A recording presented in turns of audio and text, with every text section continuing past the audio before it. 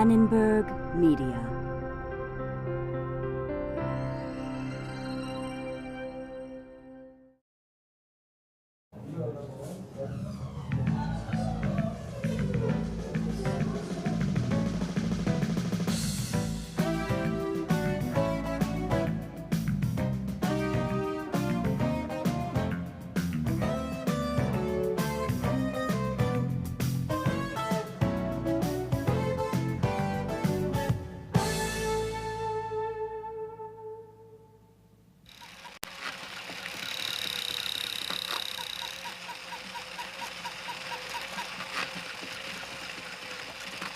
I'm doing a little personal consumer research.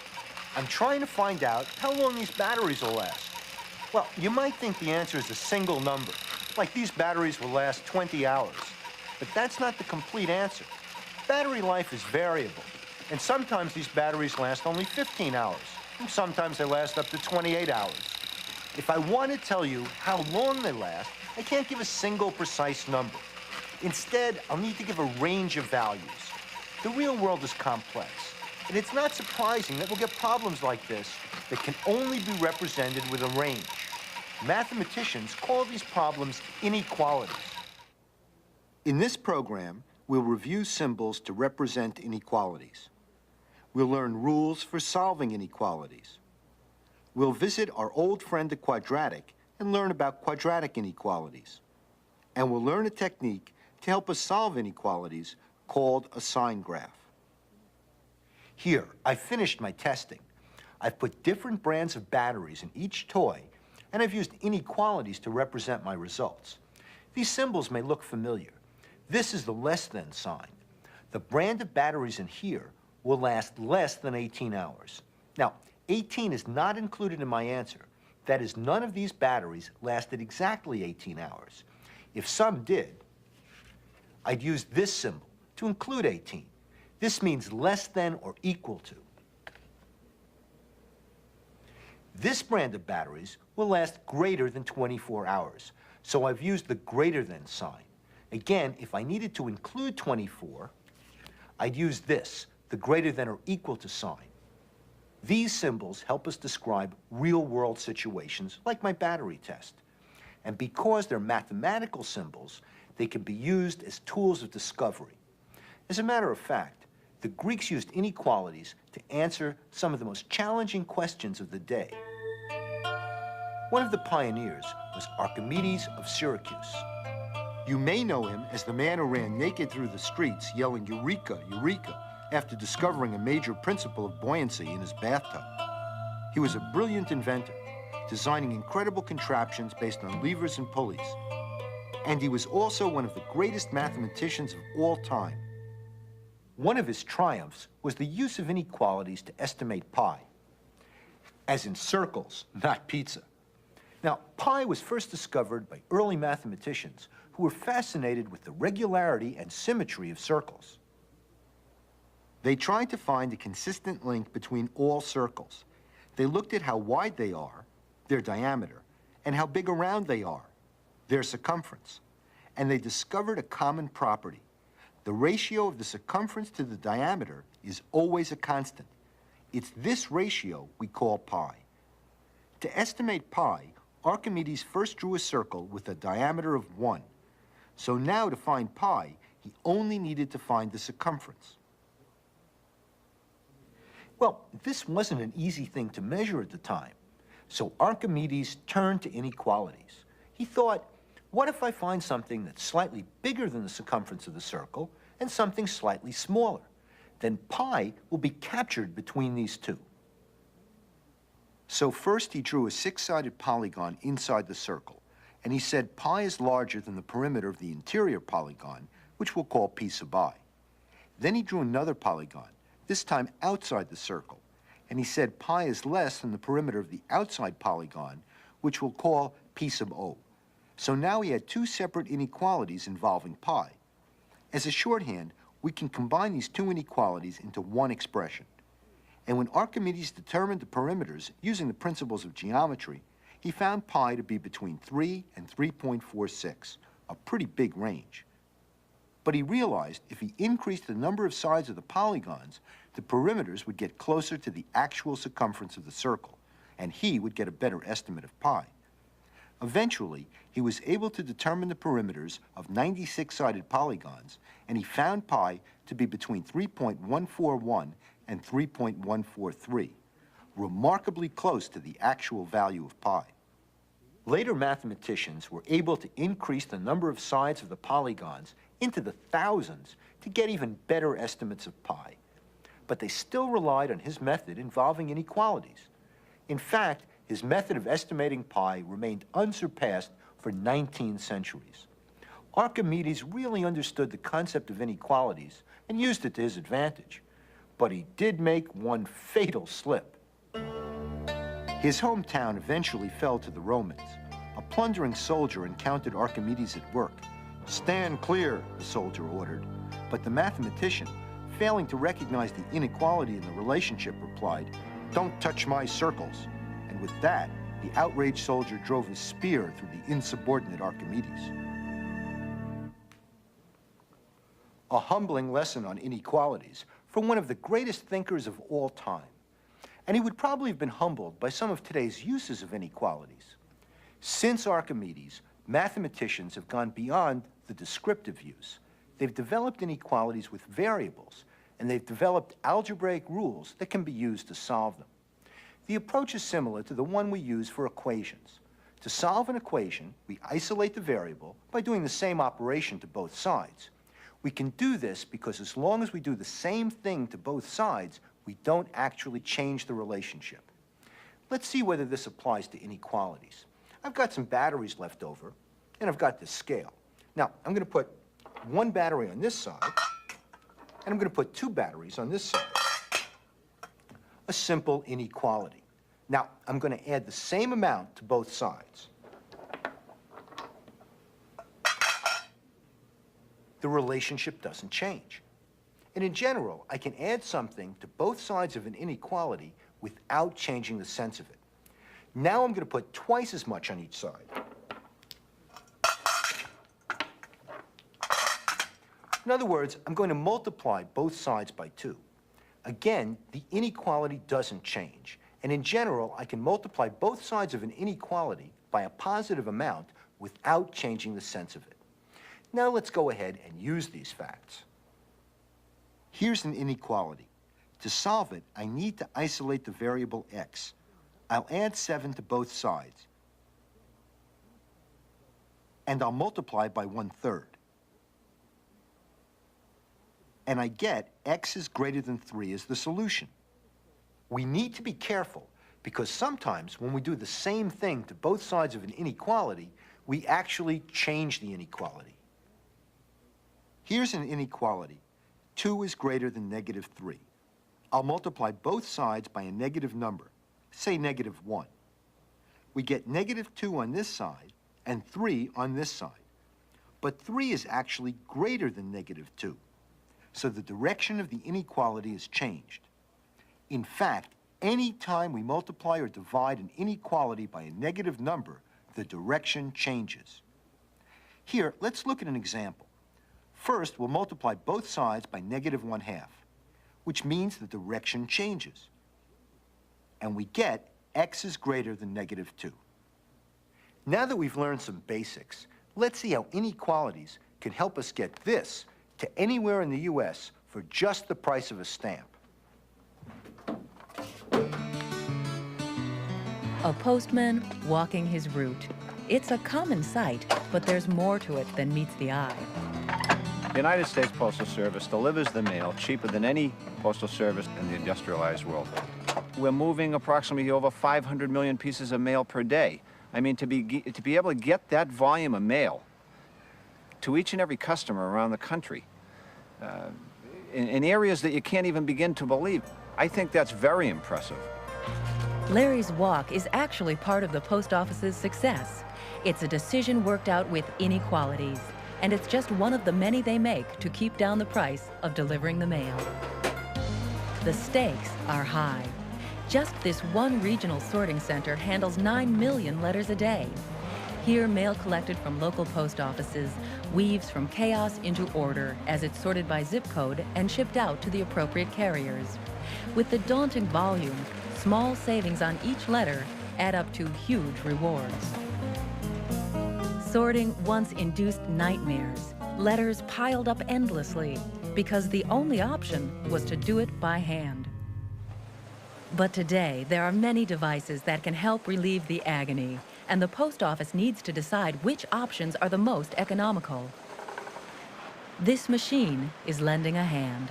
A mechanical arm positions the envelopes so that the workers can read the zip code. But this, the latest development in automation, lends an eye as well as a hand. Here, a camera reads the address, and with the help of a computer, the machine sorts the mail automatically. When is it more cost-effective to automate the eye as well as the hand? The answer requires the post office to analyze an inequality. They build a model that includes the key cost factors for each machine, like the speed, the purchase price, and the number of workers needed. The new machine reaches speeds of 15,000 letters per hour, almost 10 times faster than the old one. But there's a drawback. It can only sort typed addresses. And the solution to the inequality? This machine costs approximately $500,000, but we need automated equipment so that we can sort a lot more mail, a lot faster, with a lot fewer employees, and as a result of that, we can hold down the cost of postage a lot more than if we hadn't gone with the automation program. Once sorted, the mail needs to get to carriers like Larry, who may be on the other side of town, or the other side of the country. And once again, the same type of decision-making is used. They must mathematically figure out the cost of different modes of transportation. Algebra helps me to identify all the costs, not only the cost that one would assume is there, but to also look at different factors. The distribution team sets up an inequality. For each route, they examine factors like the weight and volume of mail, vehicle scheduling, and the distance traveled. Here, their analysis means this mail comes off a truck to Larry. But it's not yet ready to be delivered. Larry must first sort the mail into the order that he travels his route. And then he must drive to the neighborhood he serves. But when he gets there, an inequality lands him on his feet. I walk my route as opposed to driving. Driving involves an awful lot of movement. Putting the vehicle in park, putting the emergency brake on, undoing my emergency belt, opening the door, getting the mail, making the delivery, and doing each and every delivery like that. Much safer, much quicker, much more efficient to walk. And so delivering the mail by foot is not just an age-old tradition, but one more step in making the United States Post Office an efficient business. Here's how the post office saves money. They come up with an inequality. When does it cost less to do something one way than another way? They build a model that includes all the relevant costs, and then they solve the inequality. This is an approach we can all use whenever we need to make decisions. For example, many states have raised the speed limit to 65 miles per hour. Should we travel at the old 55 mile per hour limit or 65? Driving faster saves time, but it uses more gasoline. If our time is valuable, that is, we get paid well per hour, it may be worth paying for the extra gasoline. We can first represent our question with an inequality. We're asking, when is the cost of driving at 65, call it C65, less than the cost of driving at 55, say C55. Now we'll construct a model. We'll figure out the costs for driving at both speeds. In our model, we'll have a variable, our hourly wage, and we'll want to know what our wage needs to be in order to make it worth driving at a faster speed. First, we'll look at the cost of driving at 55 miles per hour. The cost will be the amount of gas I use plus my time. I can figure out these costs. The cost of gas is going to depend on how much gas costs per gallon and how many gallons I use. We'll say gas costs $1.40 a gallon. Now, the number of gallons I use will equal the number of miles I travel divided by my gas mileage. Let's say I take a 200-mile trip, and at 55 miles per hour, my car gets pretty good gas mileage, 25 miles per gallon. That means I'll use 8 gallons of gas for a cost of $11.20. Now I'll figure out the cost for my time. This will depend on how many hours I spend in the car and my wage per hour. We can figure out the number of hours it takes by dividing the number of miles I drive by the speed I drive. And we'll use W to represent our wage. This is 200 divided by 55, which is about 3.6. So the cost for my time is 3.6 W. And this will be my total cost. Now we can go ahead and build a similar model for driving at 65. Our general method will be the same, but the specifics will be different. In terms of gas, we'll still travel the same number of miles, but at the higher speed, our gas mileage will be worse, and so we'll use more gas, 10 gallons instead of 8, and thus pay more for gasoline. But in terms of time, we'll travel at a faster speed, so we'll spend less hours in the car, 3.1 hours instead of 3.6. And we get this as our final cost. And from our simple statement, we've built a model that allowed us to analyze and quantify the important costs. And it's also generated an inequality we can solve. Here's our original statement, and here's the inequality it's generated.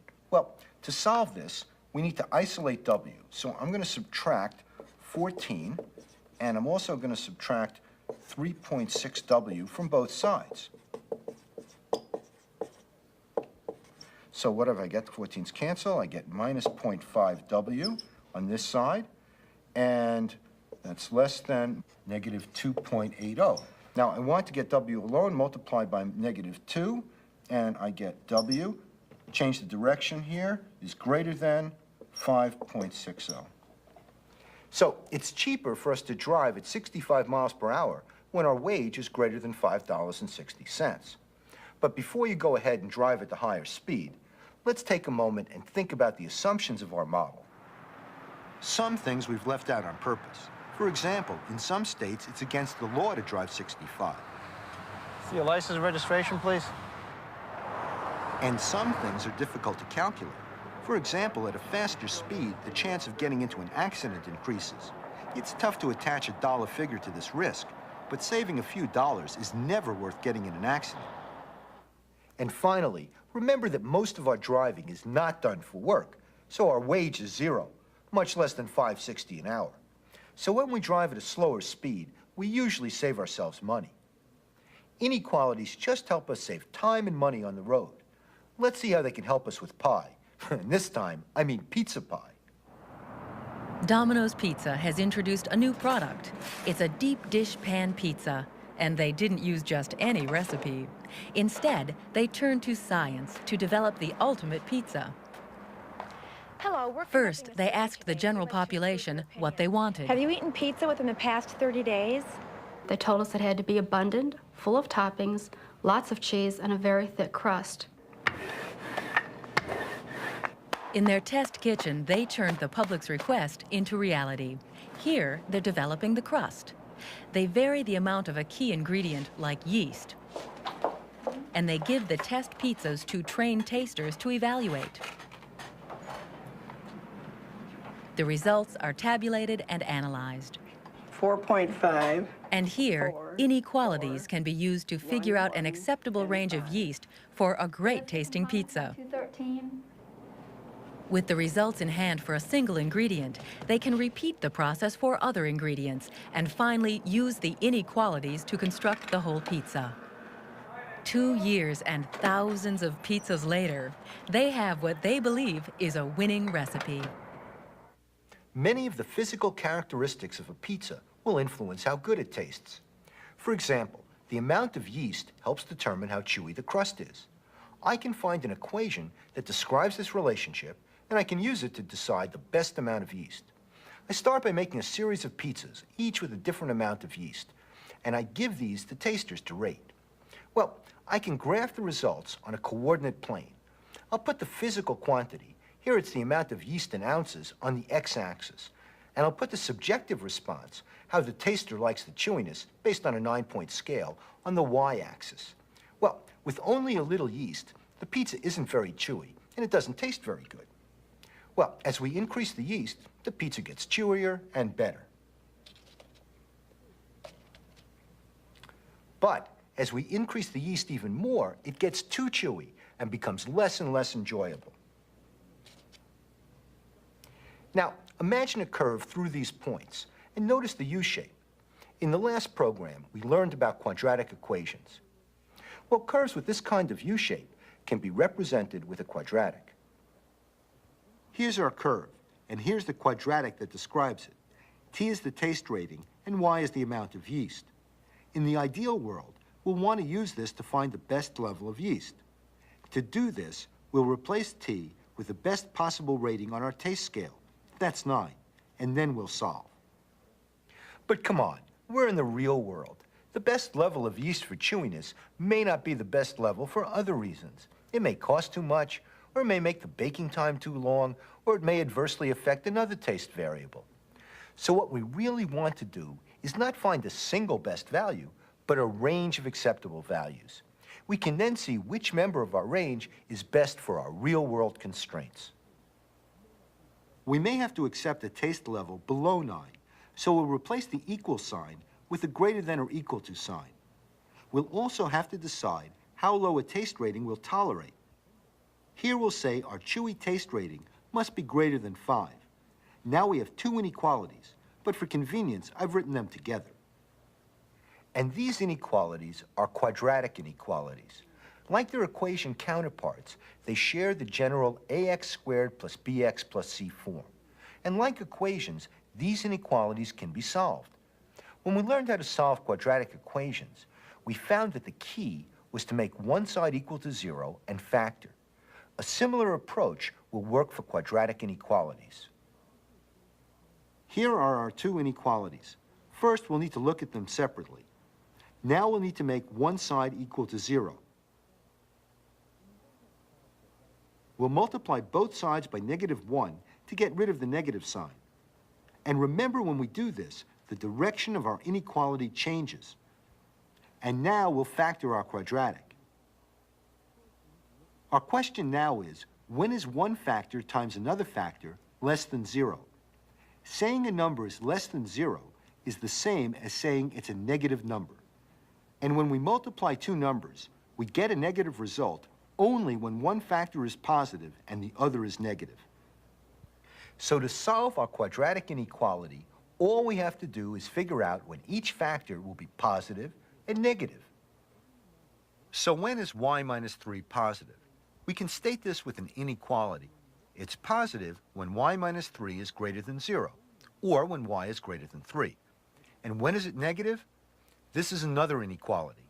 Y minus 3 is less than 0, which is when y is less than 3. To keep track of our solutions, we can draw a graph to help us. Here's our number line.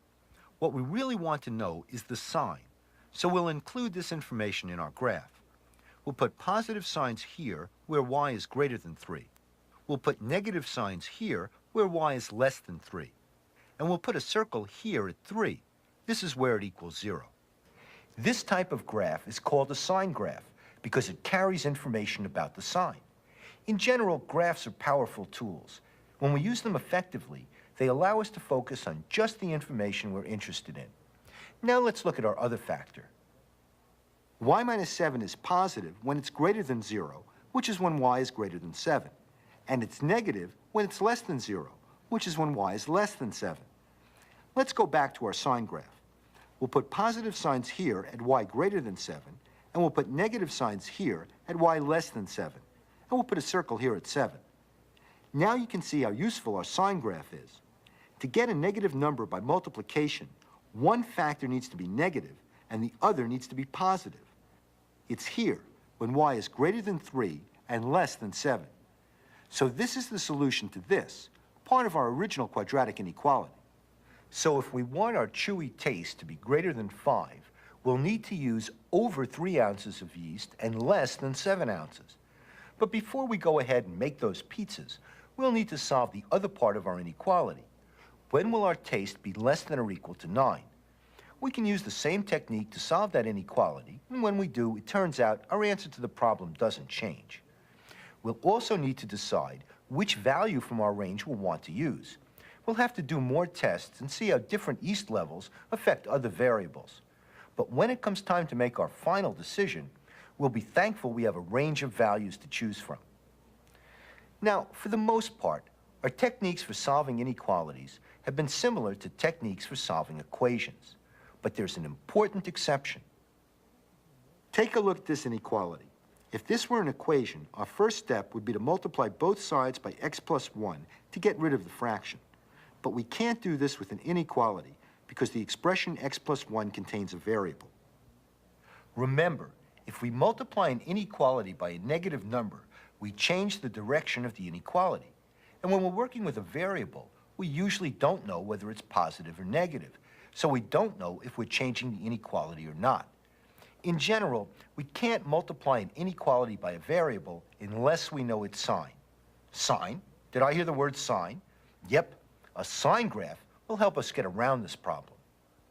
And it will allow us to solve this, our inequality. Here we have one quantity divided by another quantity is greater than 0. Saying a quantity is greater than 0 is the same as saying it's positive. When we divide, we only quantity when both expressions are positive or both are negative. To get the solutions, we can figure out when each factor is positive and negative. And drawing a sign graph will allow us to see where our solutions are. They're here. And so using the logic of signs, we've solved our inequality without breaking any rules. The real world is a messy place. It's difficult to make things balance. There's never enough money, never enough time, always an exception to watch out for, and to top it all off, we rarely get a single precise answer. But in this program, we've seen how inequalities can help us cope. We've learned that we can represent a range of values with inequalities, and we've learned that we can develop inequalities that we can actually solve, whether it's to estimate pi or to make a pizza pie.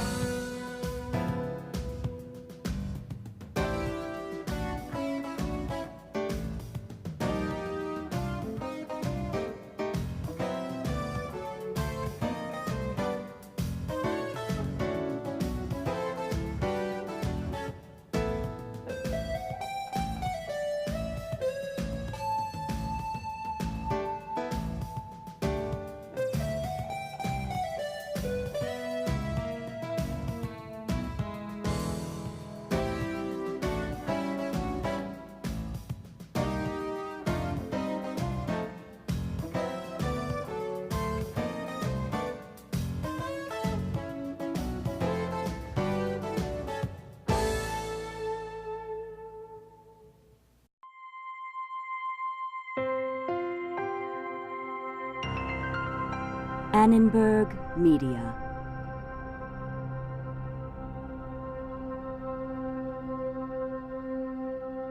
For information about this and other Annenberg Media programs, call 1-800-LEARNER and visit us at www.learner.org.